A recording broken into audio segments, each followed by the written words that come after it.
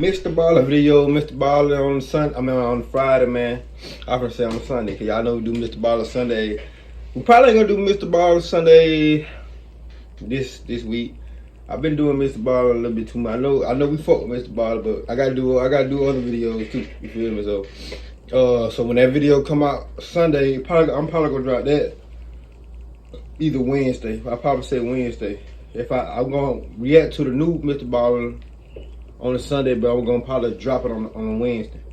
Not ain't gonna lie. And this video long, 40 minutes. So yeah, let's go ahead and get this shit started. Make sure y'all hit that like button. Yeah. Shit.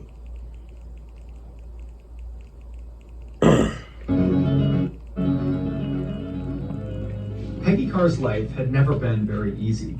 She was born in 1947 in a very small rural town in Central Florida to parents who were deaf and who had almost no money. So from a young age, Peggy had to go to work, except the only jobs she could land were either extremely low paying or they were just outright dangerous, like overnight shifts at isolated truck stops on deserted highways where she would waitress there all by herself. But Peggy never complained about her job prospects. Instead, she just took whatever jobs were available because she knew that she and her family needed the money. And whenever she was working in a dangerous environment, she would intentionally put on this very tough exterior to make sure no one attempted to take advantage of her. And despite her small stature, she quickly developed a reputation amongst her coworkers as somebody you did not want to mess with. Peggy didn't take crap from anybody. But while this kind of prickly outer shell protected her from potential predators,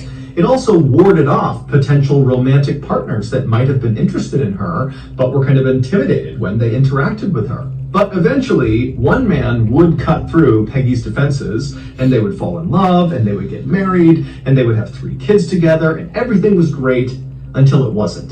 The marriage would crash and burn, and so by the mid-1980s, Peggy was a mid-30-somethings divorced mother of 3 teenage children who had to work overtime at a local diner just to barely make ends meet.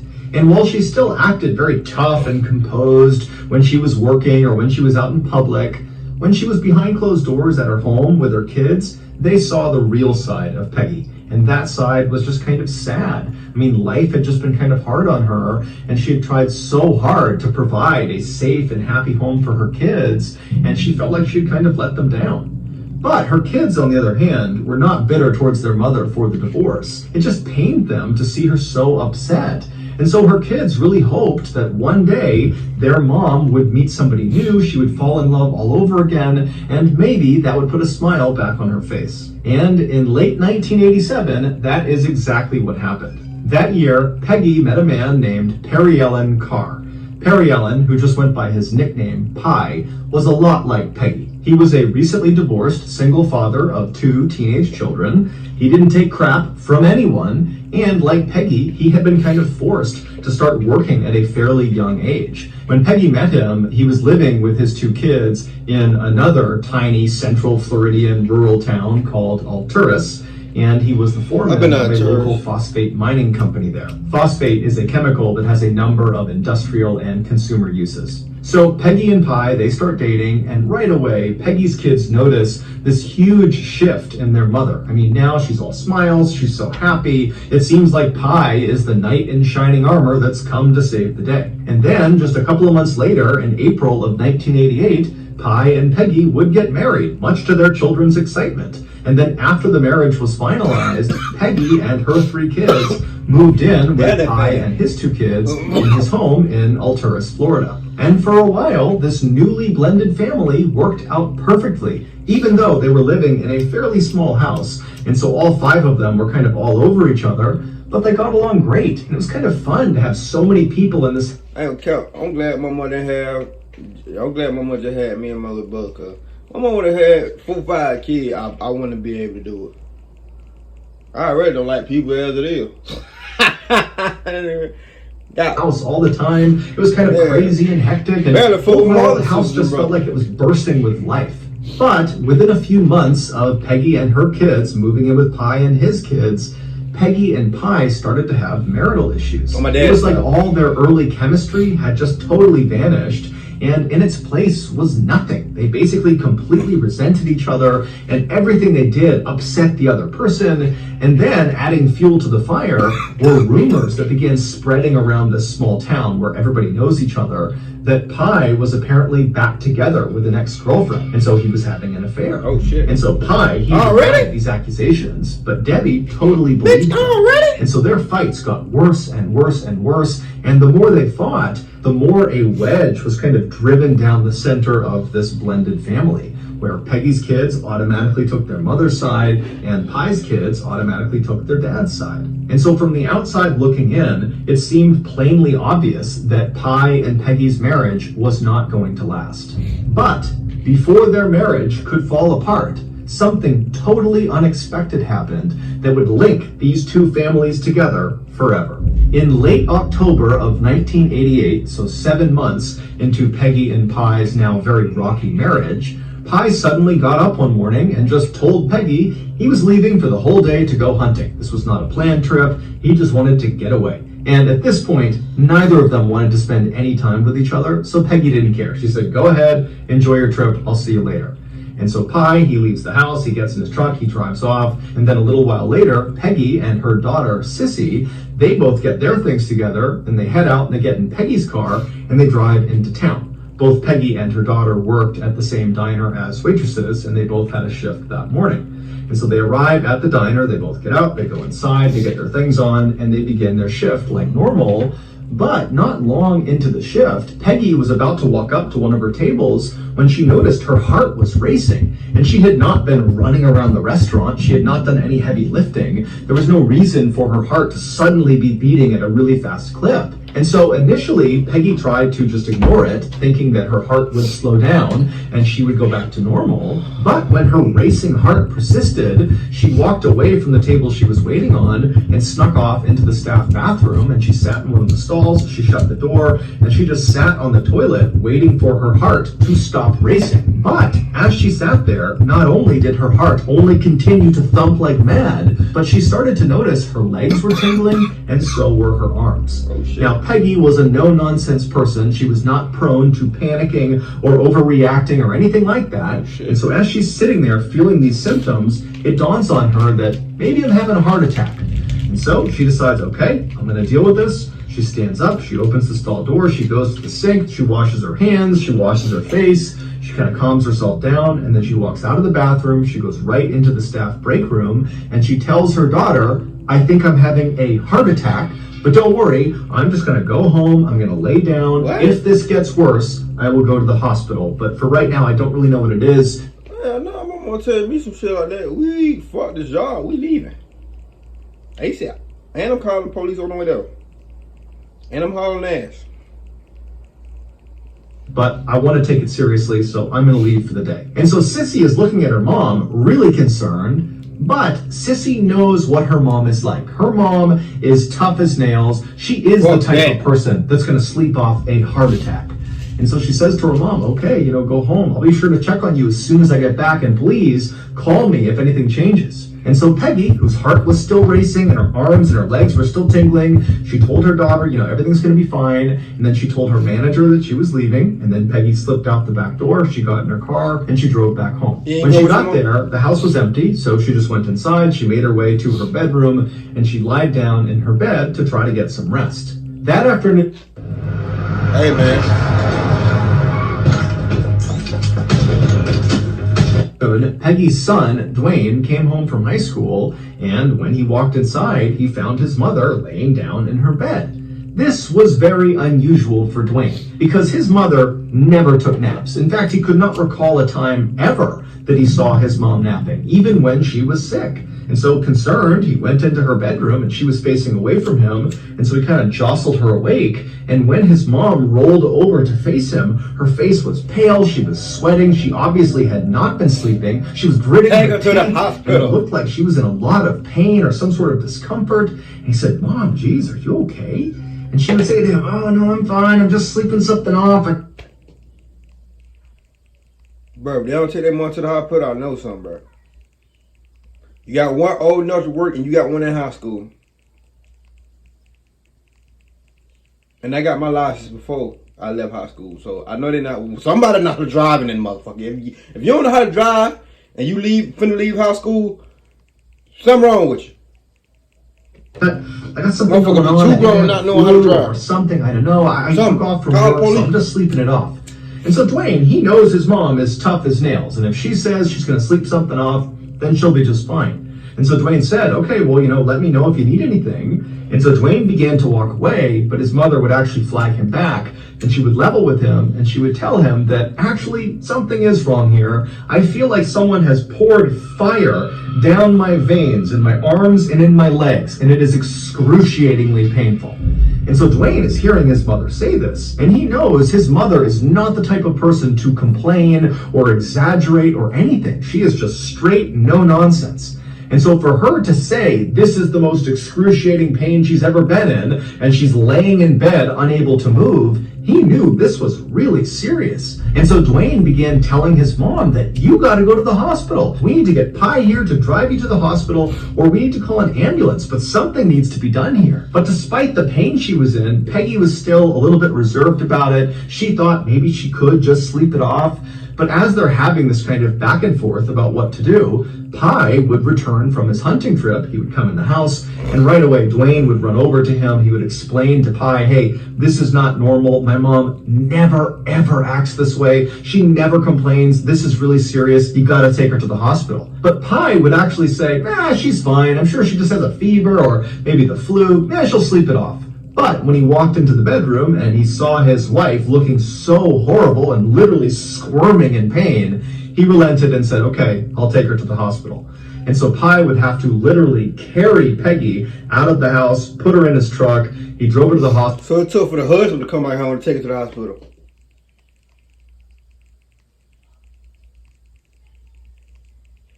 Man, that was me. My mom would have already been at the hospital, and everybody would have been coming to the hospital. You had to wait on her husband finna get a divorce.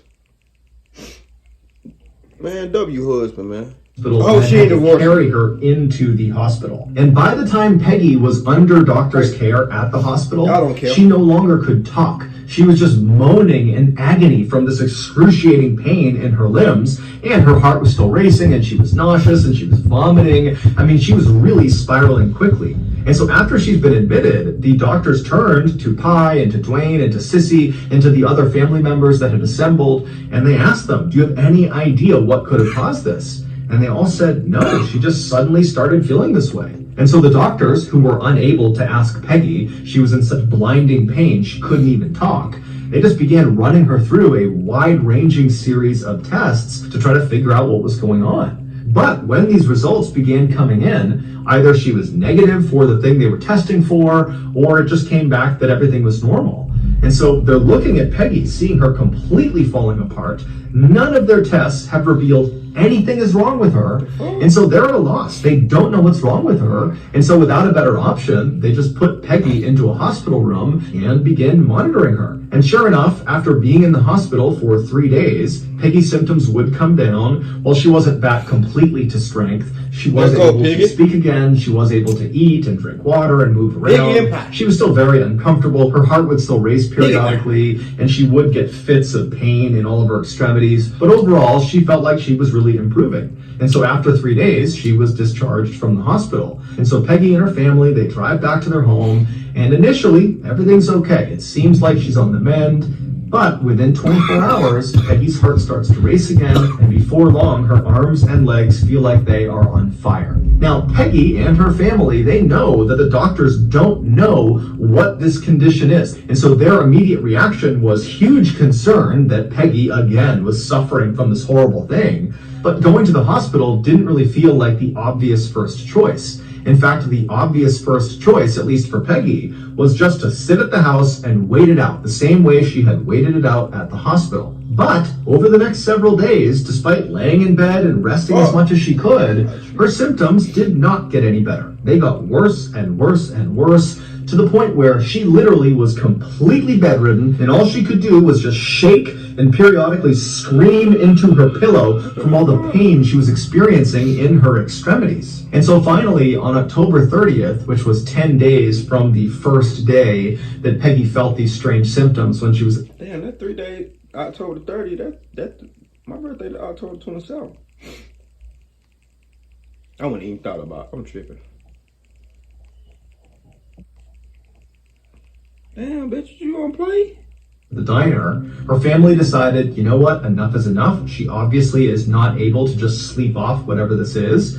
And so they called an ambulance, which rushed her to the hospital. And when she got there, the doctors, they remembered her from the week before. So they understood this was a bit of a mystery. But just in case, they ran the exact same battery of tests on her to see if maybe now there was some other indication of what this was. But again, all of the tests came back, and they either came back negative or inconclusive, or just showed that, nothing was wrong with her. The doctors even ran her through some tests for poison, thinking, maybe she accidentally ingested something toxic, and that's what's causing all of this. But those tests as well came back negative. And so totally stumped, the doctors decided the only thing they could do was once again put her in a hospital room and just monitor her. And so that night, Peggy was wheeled into a room, and all night, up and down that hospital wing, people listened to the sound of Peggy screaming at the top of her lungs from the pain she was experiencing. And then the next morning, the whole situation got even worse. Not only for Peggy, who by now was dipping in and out of consciousness, but also for the rest of her family. Because that morning, Peggy's son, Dwayne, and Peggy's stepson, so Pi's son, Travis, they were both admitted to the same hospital for exhibiting these same symptoms as Peggy. Their heart was racing, they were nauseous, they were vomiting, and their arms and legs were starting to tingle. And so the doctors, with nothing else to do, just ran Dwayne and Travis through all the same tests they had put Peggy through, and they... Hold on, is it... Did Pi fucking poison them? Wait, hold on. Let me see. Let me go back. Peggy's son, Dwayne, and Peggy's stepson, so Pi's son, Travis, they were both admitted to the same hospital for exhibiting these same symptoms as Peggy. Their heart was racing, they were nauseous, they were vomiting, and their arms and legs were starting to tingle. And so the doctors, with nothing else to do, just ran Dwayne and Travis through all the same tests they had put Peggy through, and they all came back negative or they came back normal. However, shortly after Dwayne and Travis had been admitted to the hospital, a neurologist who was looking after Peggy, he noticed something about her condition, and suddenly it was like his medical training from back in college kicked in, and he remembered something very specific that lined up exactly with what he was seeing in Peggy. And he suddenly realized that he knew what was going on. What is it? And so he told his colleagues, they ran out and they got this very specialized testing kit that doctors very rarely use. It's only for this one really specific and very rare condition. And they tested Dwayne and Travis and Peggy, and sure enough, the next day the results came back, and all three tested positive for this condition that the neurologist had guessed. And even though there was a cure for this condition, for Peggy, it was too late. Her body had been so completely ravaged that even if they administered the cure, it would not work fast enough to save her life. And so that day, the doctors went to Peggy, who despite being on all these painkillers is still squirming and writhing in pain and screaming into her pillow. They would tell her, "You're gonna die. The only thing we can do is try to make you as comfortable as possible, and then try to save your boys." Not long after being told this terrible news, Peggy would slip into a coma. Her stepson ain't her goddamn. It's her boy, but it ain't her boy. Cause the dad, I know where you go hunting, and something wrong with your old lady, and now your stepson and your son. Ain't no way. Definitely. I'm looking at the husband. 12 months later, on March 3rd, 1989, Peggy's family had to make the heart-wrenching decision to pull her off life support. And then at that point, she passed away. Man. As for her two boys, Dwayne would remain hospitalized for 2 months and would make a full recovery. As for Travis, he would remain hospitalized for 6 months, and while he would recover, he would never walk normally again. Even though the actual medical condition that killed Peggy and nearly killed Dwayne and Travis was completely known at this point. Everybody knew what it was. What nobody could figure out was why this happened. Why in the world did this happen to these people? It made no sense. However, shortly after Peggy's death, that mystery would actually begin to unravel in the most bizarre and totally roundabout way. Living in a bunker might sound What do a you mean bit by that? dreadful, especially when there are zombies wandering outside. The oven that you've overcooked your zebra cornea souffle with only minutes and wallaby tea step between to avoid prep time. Hands down to HelloFresh 16. There is an international organization called Mensa. That's not an acronym. It's a Latin word that roughly translates to table or mind. And this organization is a highly exclusive society for the ultra intelligent. You literally have to prove that your IQ, which is an intelligence test, ranks in the top 2% out of everybody in the entire world. Damn. And even then, you may not be smart enough to get in. I know I ain't. In the same town that Peggy and I'm Pi smart, but I ain't that lived smart. in Alturas, Florida, Fuck there that. was a chapter of Mensa. And the way some of these chapters worked is they would just get together every month and do some sort of intellectually stimulating activity. And in Alturas, that Mensa chapter, what they would do is they would get together at some private location once a month, and they would put on what they called a murder mystery weekend. The members of this chapter would head off to some private location like an inn or a hotel or a cabin or something, and they would all role play a murder investigation. So one or two of the Mensa members would come up with a very elaborate murder and subsequent investigation, and they would assign different fake characters to each of the real Mensa members. And so once they got there, they'd all find out what character they were and what they were responsible for. And then once they got into character, which included dressing up in costumes, they would remain in character until the killer was revealed. And so this activity was meant to be extremely intellectually challenging, but also it was extremely fun. The group loved these murder mystery weekends. And so with that in mind, just a couple of weeks after Peggy had passed away, so this is sometime in April of 1989, a new genius was accepted into the ranks of the Alturas Mensa chapter. Her name was Sherry Gwynn, and she was a middle-aged woman who had recently fled from Texas to Central Florida to get away from her abusive husband, who still lived in Texas. After she was accepted into the Mensa chapter,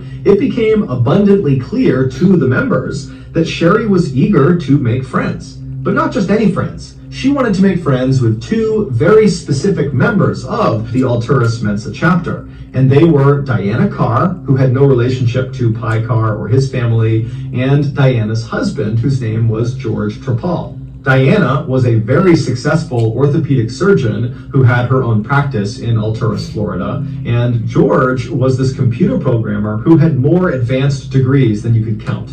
And, critically, Diana and George just so happened to live right next door to Peggy and Pi's house. Even though Sherry came on really strong right away to try to become friends with Diana and George, neither of them were fazed. The couple just figured, here's a woman who's living by herself, she's moved to a brand new area, she's run away from an abusive husband, it's no wonder she wants friends, and so she probably just needs some support. And so Diana and George were happy to just become her friend. The same month that Sherry was accepted into the Alturas Mensa chapter, George and Diana happened to be chosen as the people responsible for coming up with the complicated scenario that the group would act out during their murder mystery weekend that month. So George and Diana very diligently sat down and went over how to make the case as complicated as they could. And George took on the responsibility of really focusing on exactly how the victim in their fake scenario would be killed, because he was really trying to make it as difficult as he possibly could, and he was trying to find the perfect murder that would be nearly impossible to solve.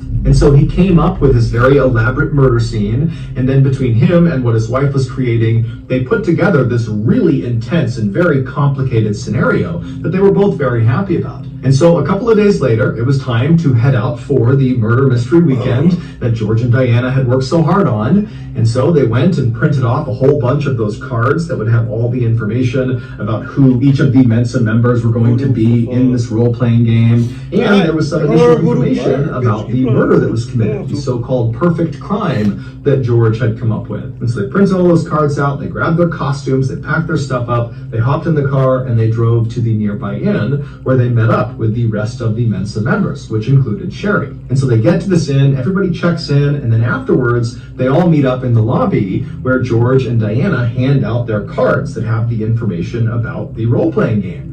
And so everybody's reading it and figuring out what they're going to do with their character, and everyone's also looking at this so-called perfect crime that George had come up with, that he was also very proud about, and he was kind of boasting to the audience about how difficult this weekend was going to be. He really came up with the perfect crime. And so as all the members are reading their cards, Sherry would see the murder weapon used in this game, and she would become fascinated. I don't know if I'm high, but I don't know what the fuck this got to do with pig and pie.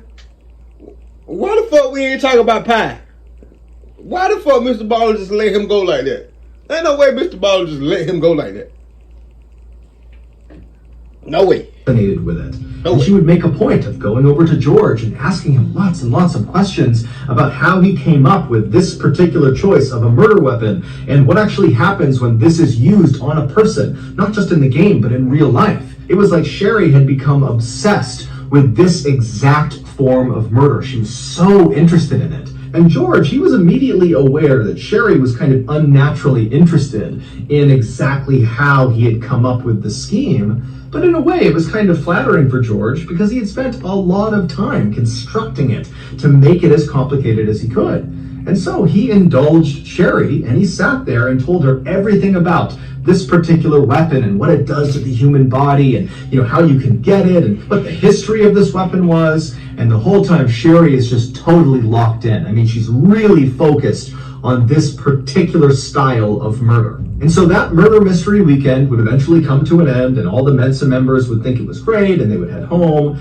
And then over the course of nearly a year after that, Sherry would be a near constant in George and Diana's lives. I mean, she was always around them. She always wanted to meet up with them. She was always talking to them and asking them questions and calling. And anytime she was with them, she always wanted to be with George. And when she was with George, a lot of times she would bring up that very particular murder method that he had come up with for the murder mystery weekend.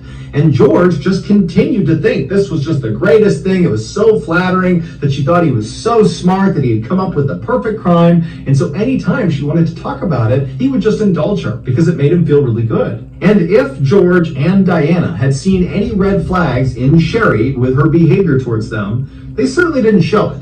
They basically were operating under the assumption that Sherry, no matter what, was just this helpless, harmless person who had come to Central Florida, and she was trying to be their friend, and so they should try to be her friend back. But, as they would soon find out, they were very, very wrong about Sherry.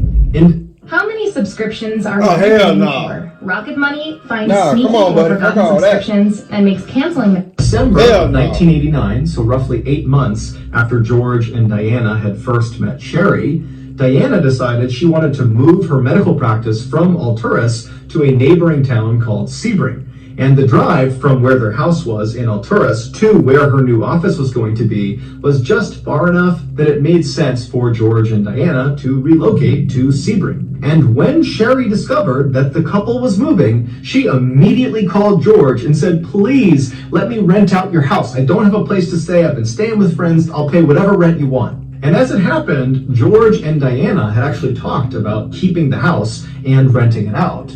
And so it was actually a pretty easy decision. They trusted Sherry, and so they said, "You know what?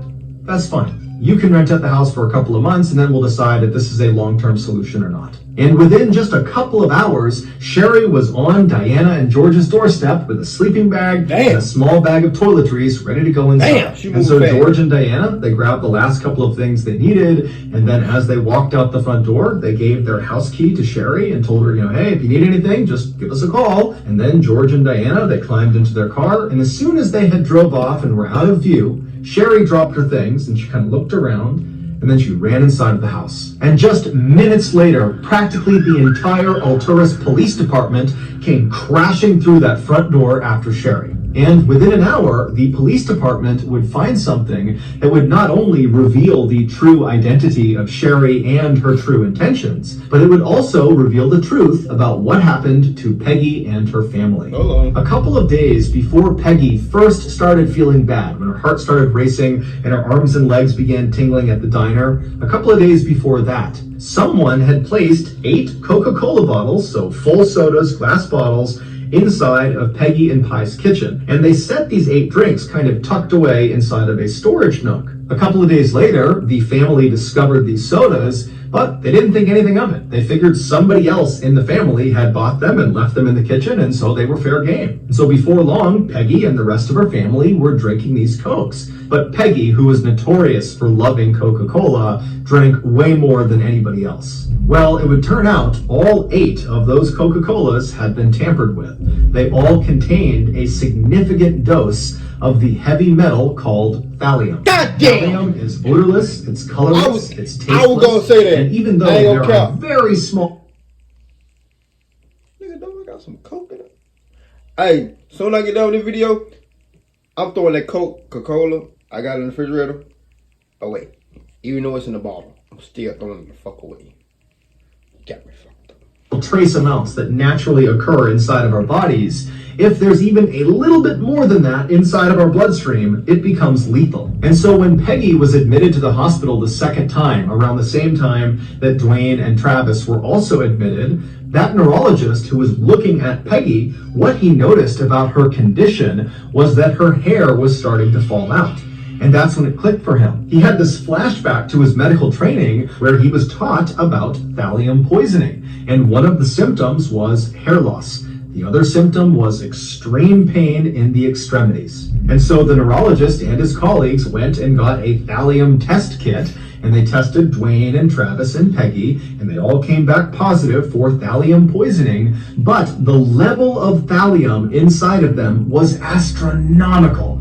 The boys are lucky to have survived. They had 20,000 times the amount that naturally occurs inside of the human body. As for Peggy, she had an astounding 50,000 times the amount that naturally occurs. Way more than was lethal. And so that was why the doctors told her, there's nothing we can do. Your body is basically already dead. You're just technically still alive right now. And so the rest of the family, besides Dwayne and Travis, would also test for thallium, and they would all, with the exception of one child, have elevated levels of thallium. However, compared to Dwayne, Travis, and Peggy, of course, you know, their conditions were negligible, and they would all make full recovery. Who old girl was who wanted to get close to him? She did it. Fuck that.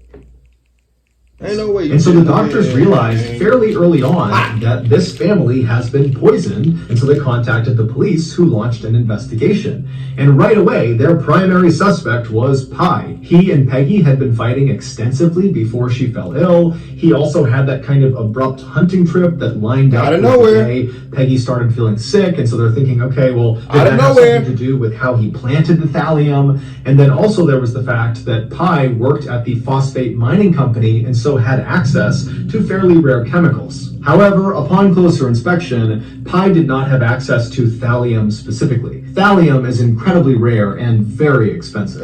And it just seemed odd that he would use thallium to poison and kill his wife, but he would also poison himself and his son. I thought about that too. It just didn't really add up. And so Pi would get ruled out as a suspect fairly quickly. But during one of his last interrogations, he would give the police something he didn't think was very valuable, but it wound up being very significant.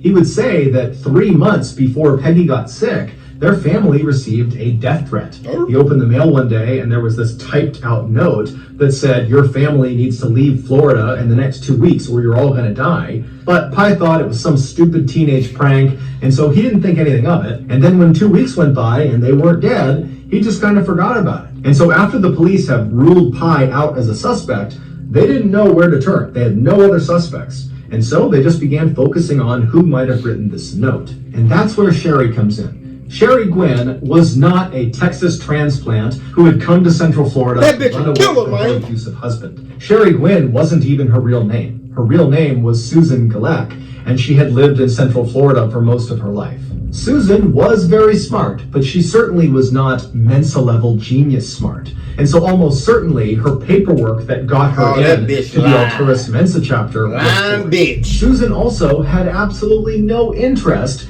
in becoming real friends with Diana. I put it together.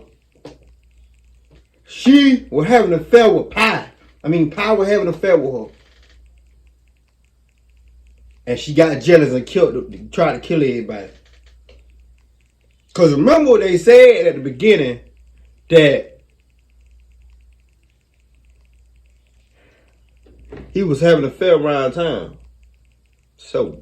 And George. The only reason she was pretending to be their friends and wanting to be around them all the time is because she was studying them. Because Susan was actually an undercover police officer. Shit! She had been sent undercover after the police discovered Diana and George were responsible for that death threat letter that was sent Plot to twist! Peggy and Pat. It would turn out... Plot twist! Plot twist!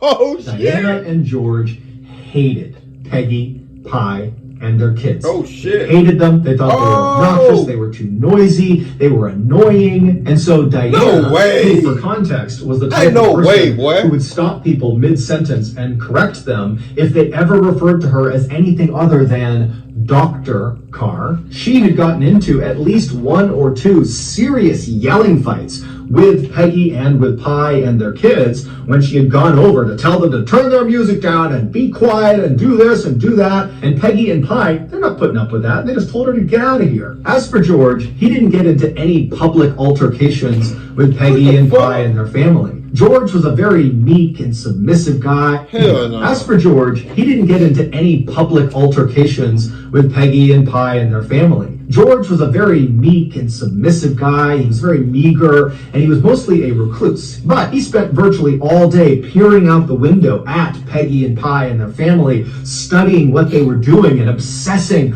over how noisy and obnoxious they were. And as he sees his wife getting more and more frustrated with their neighbors, George finally decides he's going to take drastic action. And so that's when George types out that death threat and he sends it across the way. But after Pie reads it, nothing happens. They don't leave Florida within 2 weeks. And so George went to phase 2 of his plan. George had actually spent time in a federal prison in the 1970s for cooking meth. And one of the byproducts of making meth... Oh, shit. That shit he said, you use that to make meth. Don't ask me how I know that. Is thallium. So George used his old meth cooking skills and he whipped... I watched Breaking Bad, bro. I don't even think they said that shit in up some thallium and he put lethal doses of thallium in 8 different Coca-Cola bottles. And then after mixing them all up so you couldn't tell there was any chemical inside of them, he used his bottle topping machine to put tops back on top of each of them. George made his own beer, and so that's why he had a topping machine at his house. And so with his 8 deadly drinks all prepared, looking like brand new Coca-Colas, George waited until Peggy and Pie and her family were out of their house. And then he snuck over and he walked into their kitchen and he placed these Coca-Colas right down on the kitchen counter and he slipped. Before my grandma passed, she used to have like old ass Coca-Cola bottles and old Sprite bottles that look just like that. You couldn't open that bitch. Worth a fuck. So I understand how hard. Open one of them bitches, like, okay, for those who drink beer and shit, like beers in a bottle, it's like that. Like, you can't open that bitch unless you can't twist the bitch. You gotta pop that bitch open. So yeah, my grandma, she just used to have that bitch and it still had Coke in it. Probably about way before I was born. Them into a storage nook and then he left the house and that was it. And over the next several weeks, he watched with absolute pleasure as the family got sick and then Peggy died. This is a Fear Thy Neighbor episode. Gotta be. He had poisoned his neighbors. He did do some things that really tipped off Susan that he had to be the guy. Like, for example, that Mensa mystery murder weekend, the murder method that George had come up with was poisoning. And remember, at that point, Susan has been sent undercover to find out if George and Diana are responsible for poisoning their neighbors. And now George is sitting up there talking about the perfect crime he's come up with, and it's poisoning. And so that was why she had followed up with him really specifically on, wow, what else do you know about poisoning? And how'd you learn about poisoning? And what kind of poisons do you know about? And over the following months, even though Susan never got George to actually admit to her when she was undercover recording him that he was the poisoner,